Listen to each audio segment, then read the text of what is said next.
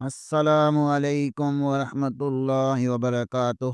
ہم اپنے چینل گمگول آن لائن قرآن اکیڈمی میں خوش آمدید کہتے ہیں۔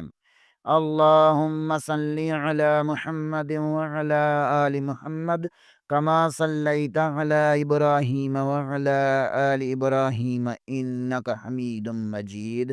اللہم بارک علی محمد وعلی آل محمد کما بارکت علی ابراہیم وعلی آل ابراہیم انک حمید مجید۔ اللہ پاک سے دعا ہے کہ اللہ تعالی ہمیں اس نیک کام کا ثواب، ہمارے والدین، ہمارے اساتذہ اکرام اور تمام مومن مردوں عورتوں کو عطا فرمائے، آمین ثم آمین یا رب العالمین۔ اعوذ باللہ من الشیطان الرجیم، بسم اللہ الرحمن الرحیم۔ آؤ تجوید سیکھیں کہ سبق نمبر 2 تجوید القرآن میں ہم آج مخارج اور مخرج کی تعریف پڑھیں گے۔ مخارج اور مخرج کی تعریف۔ مخارج مخرج کی جمع ہے، یعنی نکلنے کی جگہ کو مخرج کہتے ہیں۔ مخارج کل 17 ہیں، جن کی مشق ہم حروف مفردات کی تختی میں کریں گے۔ مخارج مخرج کی جمع ہے، یعنی نکلنے کی جگہ کو مخارج کہتے ہیں۔ مخرج یعنی نکلنے کی جگہ۔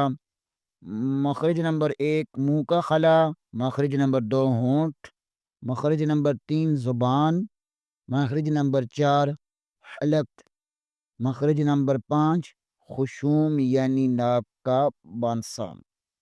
آئیں پیچھے والے اسباب کی دہرائی کر لیتے ہیں۔ سبق نمبر 1 میں ہم نے تجوید کا تعارف پڑھا۔ قرآن پاک کو تمام صفات عارضہ اور صفات لازمہ کو مد نظر رکھ کر خوش الحانی سے قرآن پاک کو پڑھنے کو تجوید کہتے ہیں۔ سادہ الفاظ میں تجوید کی تعریف اس طرح کریں گے کہ قرآن پاک کو تمام قواعد و ضوابط کو مد نظر رکھ کر قرآن پاک کو خوبصورت آواز سے پڑھنے کو تجوید کہتے ہیں۔ اور آج کے سبق میں ہم نے مخارج اور مخرج کی تعریف پڑھی۔ مخارج مخرج کی جمع ہے، یعنی نکلنے کی جگہ۔ مخارج کل 17 ہیں۔ آج کے لیے اتنا ہی۔